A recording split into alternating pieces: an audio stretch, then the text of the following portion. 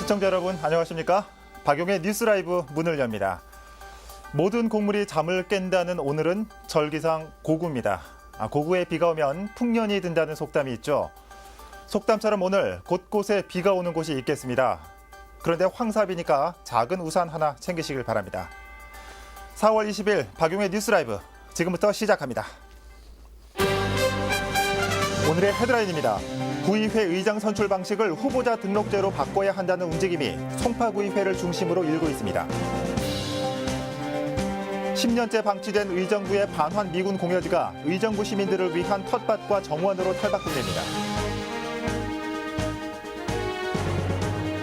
의정부의 한 건설업체 공장에서 화재가 발생해 650만 원의 재산 피해가 발생했습니다. 종로구가 일본 대사관 앞 소녀상 관리를 위한 조례를 상정했는데 종로구의회 임시회에서 심사가 보류됐습니다.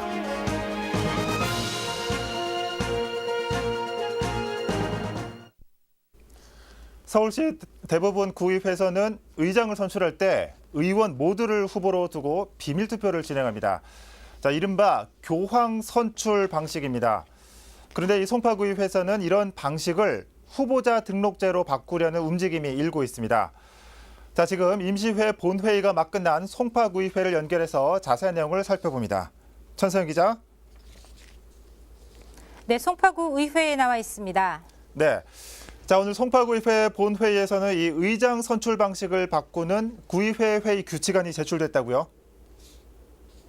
네, 그렇습니다. 의장과 부의장 선거에 후보자 등록제를 시행하고 정견 발표 제도를 도입하는 등의 내용을 담고 있습니다. 후보자 등록 절차, 투표용지 게재 순서, 정견 발표 조항을 신설해 선거의 공정성을 확보하자는 취지입니다. 네. 의원들이 그 현행 교황 선출 방식에 문제가 있다고 판단한 겁니까? 네, 현재 대부분의 구의회는 의장단을 선출할 때 교황 선출 방식을 택하고 있는데요. 네. 투표권을 가진 모든 사람이 그 후보가 돼 무기명 비밀 투표를 진행하는 방식입니다. 특정 후보를 지지하지 않는다는 건데 이 과정에서 일부 구의회에서는 여러 가지 뒷거래도 오가고 상임위원장 자리를 보장하는 등 자리 나눠 먹기도 종종 있어 왔었죠. 이런 네. 부작용 때문에 강동구 의회 등 소시 6개 구의회에서 그 의장 선출 방식을 후보자 등록제로 바꾸고 의장단을 뽑고 있는 상황입니다. 네. 자, 청 기자, 그럼 심사는 언제 진행되는 겁니까? 또 청 기자는 이 결과에 대해서 어떻게 전망하고 있죠? 일단 규칙 개정안 발의에 찬성한 의원이 19명입니다. 전체 의원이 26명임을 감안하면 분위기는 희망적이지만 그 운영위원회 회의를 끝까지 지켜봐야 할 것 같습니다. 네. 자, 그리고 오늘 본회의에서 이 서울공항 항공기 소음에 대한 부분도 언급이 됐다고요? 네, 그렇습니다. 하루에도 그 서울공항으로 수십 대의 비행기가 오고 가고 있는 상황인데요. 네. 소음 피해는 물론 재산권 피해까지 발생해 대책 마련이 시급하다는 내용이 언급이 됐습니다. 송파구 가락동과 문종동 일대 재건축을 진행해야 되는데 이 비행 항로 때문에 아파트를 고층으로 지을 수 없게 되는 거죠. 사업성은 자연스럽게 떨어지는 겁니다. 예. 비행기 때문에 아파트를 높게 짓지 못한다. 어떻습니까? 이 뾰족한 대책이 있습니까? 사실 지금으로선 대책이 없습니다. 다만 국회에 계류 중인 군사기지 피해 지원법 통과 그리고 그 40년 전 비행 항로를 아직도 사용하고 있는 공군 측에 비행 항로 변경 신청을 요청하는 게 가장 최선입니다. 네. 자, 천서영 기자 잘 들었습니다. 네, 지금까지 송파구 의회에서 전해드렸습니다. 예. 자, 의장 선출 방식과 서울공항 항공기 소음 등을 논의하고 있는 송파구의회 연결해봤습니다.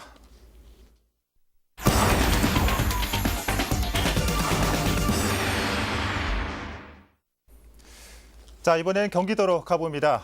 수년째 방치돼 도시 미관을 해치던 의정부의 한 반환 미군 기지가 시민정원으로 탈바꿈합니다.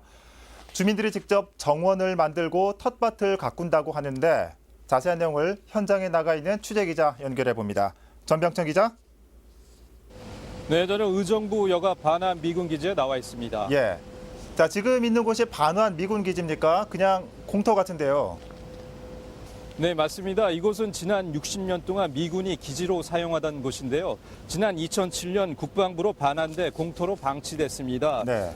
제 뒤에 보이는 것처럼 텃밭으로 꾸며져 그 상추와 치커리 등 쌈채소가 심어져 있고요. 그리고 한쪽에는 잘 정돈된 정원 부지가 마련돼 있습니다. 네.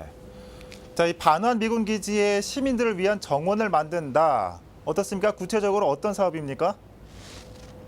네, 시민정원은 의정부시가 지난해 행자부 정원 공모 사업에 선정돼 1억 5천만 원을 지원받아 추진하고 있는데요. 네. 그 약 12,300제곱미터 축구장 2개를 합친 것보다 조금 작은 면적의 시가 정원과 텃밭을 종원해 조성해 시민들에게 분양하는 사업입니다. 그리고 의정부시는 이달부터 오는 11월까지 그 시민정원 29획과 텃밭 11곳, 그리고 공동체어 텃밭 2구자 등을 운영할 계획입니다. 네. 자, 그런데 이 반환된 미군 기지가 몇 년 동안 약 10년 정도 된 것 같아요. 이렇게 오랜 시간 방치된 이유가 뭡니까? 네, 이 미군 기지는 지난 10년 전 국방부로 반환이 됐었는데요. 네. 그 당초 의정부시가 이 부지를 매입해 그 시민 공원으로 조성할 계획을 세웠습니다. 하지만 예산을 확보하지 못해 그 공터로 방치돼 왔었는데요. 의정부시가 올 초 토지 매입비 지급을 완료해 그 국방부로부터 되돌려 받았습니다. 예. 과거에 반환된 미군 부지에서 어떻습니까? 이 기름 유출된 이런 사고들 많았는데 어떻습니까? 그곳은 환경 영향 평가나 환경 정화는 끝난 겁니까? 네, 일단은 2007년도에 국방부에서 그 미군 측으로부터 토지를 돌려받고 네. 지난 2011년도에 그 환경 오염 정화를 완전히 마무리 지었습니다. 예. 제가 이 질문 드리는 건 아무래도 이렇게 텃밭이다 보면은 사람들이 채소를 가꾸고 채소를 먹게 되니까 혹시나 그런 게 문제되지 않을까. 그래서 질문을 드렸고요. 어떻습니까? 주민들은 많이 좋아할 것 같은데 인기가 좋습니까?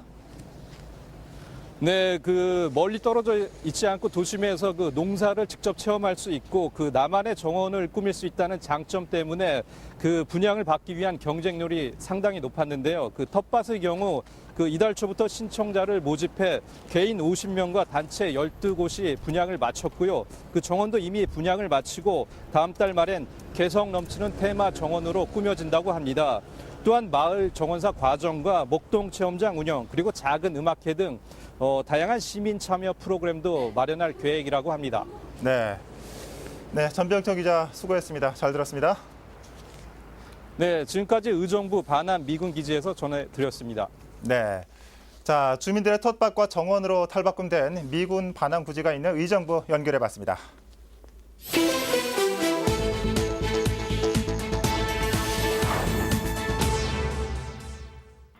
18일 오전 3시 30분쯤 경기도 의정부시 용현동의 한 건설업체 공장에서 불이 나 20여 분 만에 진화됐습니다.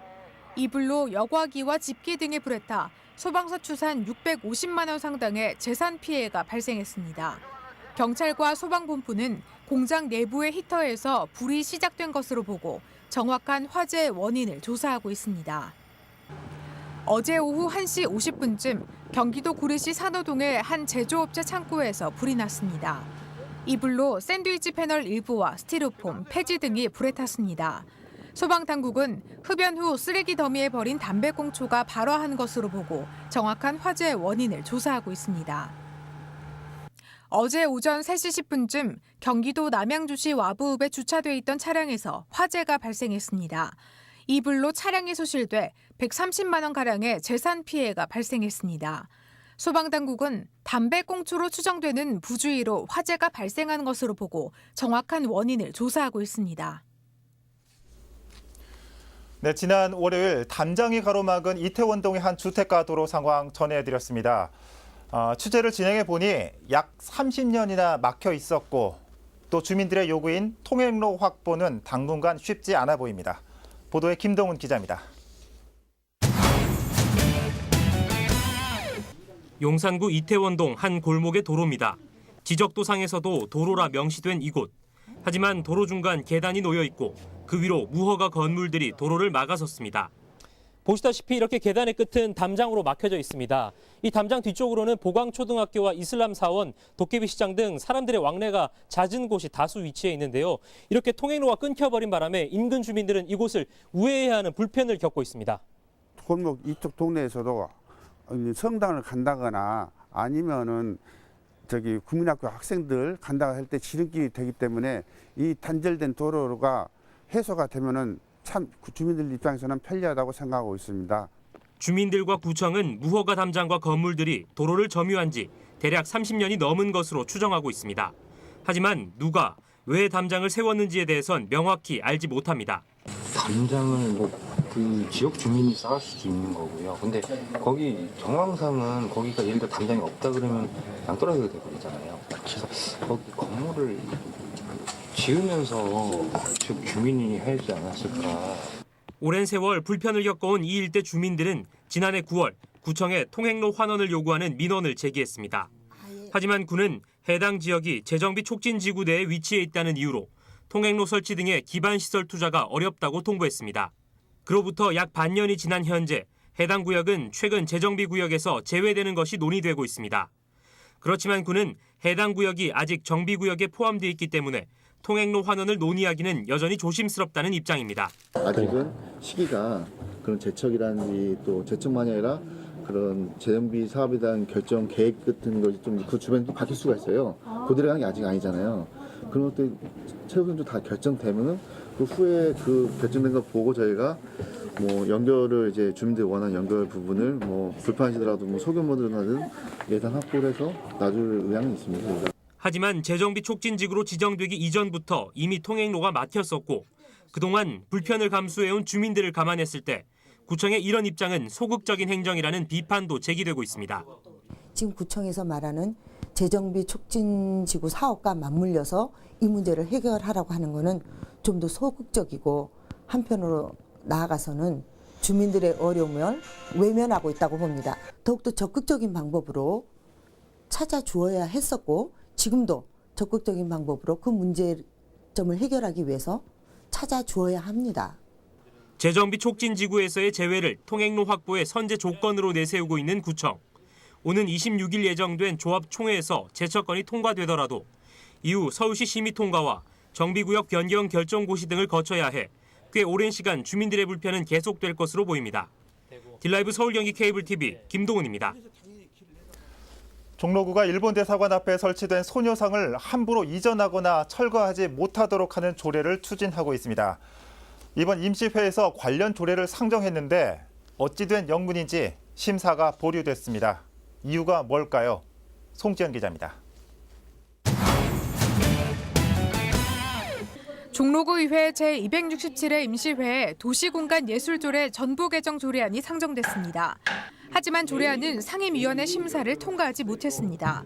의사일정 제1항 서울특별시 종로구 도시공간예술조례 전부 개정 조례안은 심사 보류하기로 의결되었음을 선포합니다. 조례안이 통과되지 못한 이유는 크게 세 가지입니다. 먼저 조례안의 내용이 부실하다는 것. 조례 일부 개정 조례안을 한다고 돼 있어요. 1조 1번을 보면은 그죠? 일부가 맞아요? 죄송합니다. 오타가 났습니다. 네. 조례 전부 개정 조례안을 조례 일부 개정 조례안이라고 명시한 겁니다. 공공조형물 조례안의 범위가 광범위하다는 지적도 나왔습니다. 조례안 안에 공공조형물을 포함해 도시 디자인, 범죄 예방 환경 디자인, 유니버셜 디자인, 벽화와 관련된 조례를 모두 포함하고 있기 때문입니다. 일단 나눠놨어요. 도시는. 근데 우리는 왜 아까 내가 말했듯이 전체 하나 묶어가지고 이렇게 하냐 이 말입니다. 이에 대해 종로구는 효율적인 운영을 위해 여러 조례를 통합해 묶었다고 말했습니다. 다 조각조각 분산이 된다면은 그 운영 측면이라든가 이 디자인 도시의 디자인을 관리하는 전에서도 좀 혼선이나 유기적이지 못한 부분이 있을 수 있거든요. 공공조형물의 기부 체납 문제도 논란이 됐습니다. 타 구의 조례안에는 공공조형물을 설치할 때 기부 체납을 하도록 명시돼 있는데 종로구는 이를 강제하지 않았기 때문입니다. 내가 뽑아온 모든 게 다 해야 한다라고 돼 있어요. 할 수 있고 안 할 수도 있고. 이건 뭐예요? 이에 대해 종로구는 법제처 자문 결과 기부 체납을 강제할 수 없다고 통보받았다는 입장입니다. 법제처의 그쪽 회신에서도 사유재산을 강제로 기부 체납하게 해야 한다는 그런 강제 조항을 쓰지 말라는 그런 의견이 있어서 결국 조례안은 상임위원회를 통과하지 못하고 심사 보류돼 조례안 심사는 다음 회기로 넘어가게 됐습니다. 딜라이브 서울 경기 케이블 TV 송지연입니다.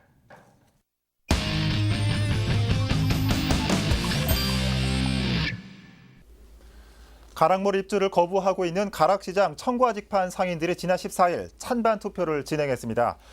찬성하는 상인들이 더 많아 이전하겠다는 결론이 나왔는데 이와 관련한 내용을 천서연 기자가 정리합니다. 청과직판 상인들의 가락물 이전 협상이 타결됐습니다. 가락물 이전을 거부했던 청과직판 상인들이 잠정 합의안을 놓고 찬반 투표를 진행한 것.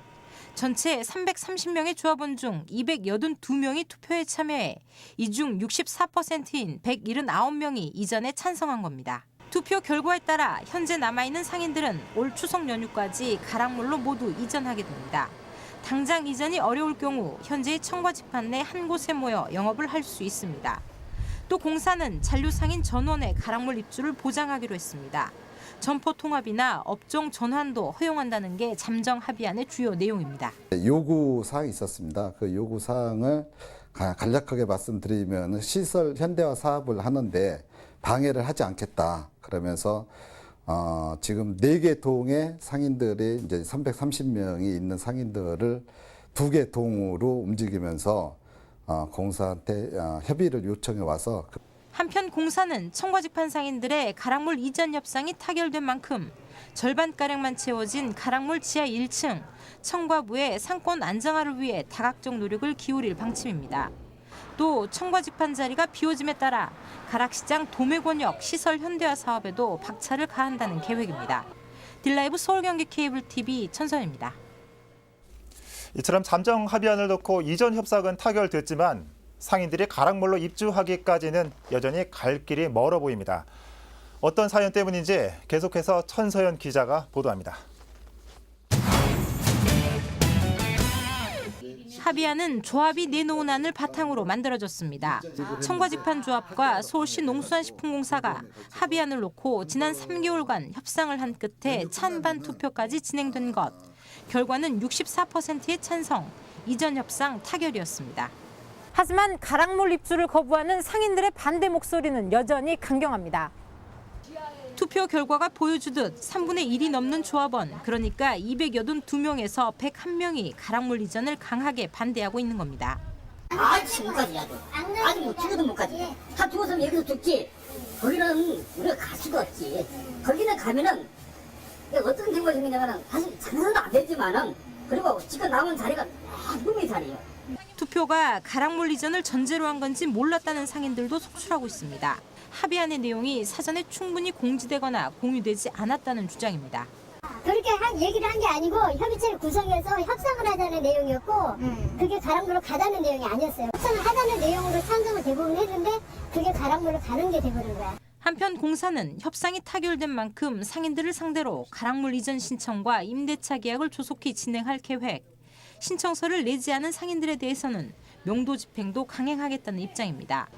2년을 끌어 가락물 입주 협상은 타결됐지만 공사와 상인 간의 갈등은 당분간 계속될 것으로 보입니다. 딜라이브 서울 경기 케이블 TV 천선입니다.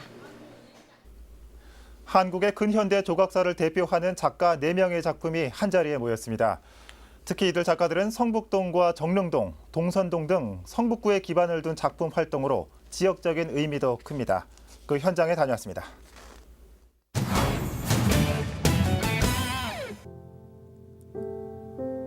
김종영, 권진규, 송영수, 최말린.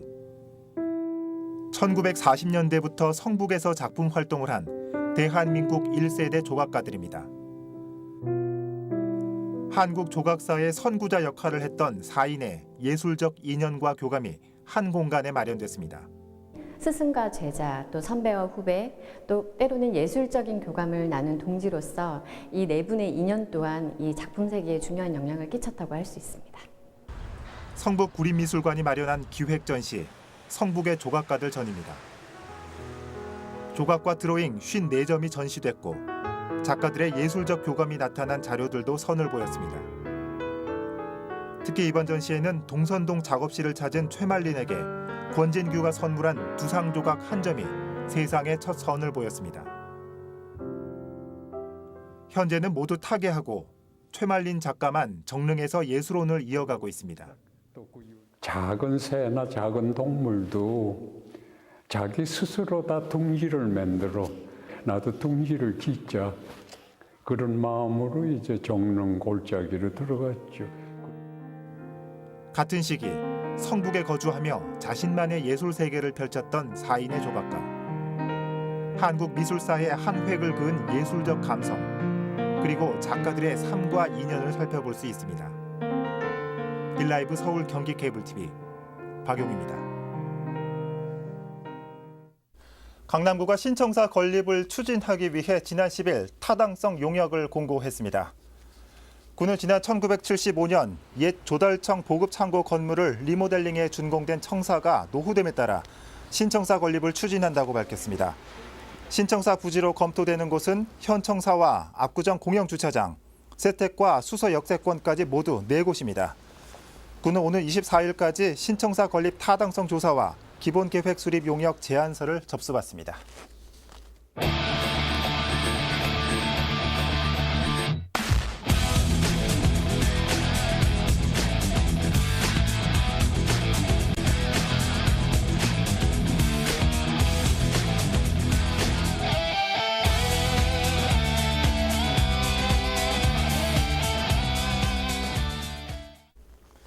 서울시가 장애인의 날을 맞아 중증 장애인 5명을 채용한다고 밝혔습니다. 시각장애인을 위한 횡단보도 음향 신호기 10,000개도 일제 점검에 들어갔습니다. 4월 20일, 오늘은 고구이자 장애인의 날입니다. 제도적 혜택과 시설 개선도 필요하지만 더욱 필요한 것은 장애가 되지 않는 사회일 겁니다. 4월 20일 박용의 뉴스라이브 마칩니다. 시청해주셔서 고맙습니다.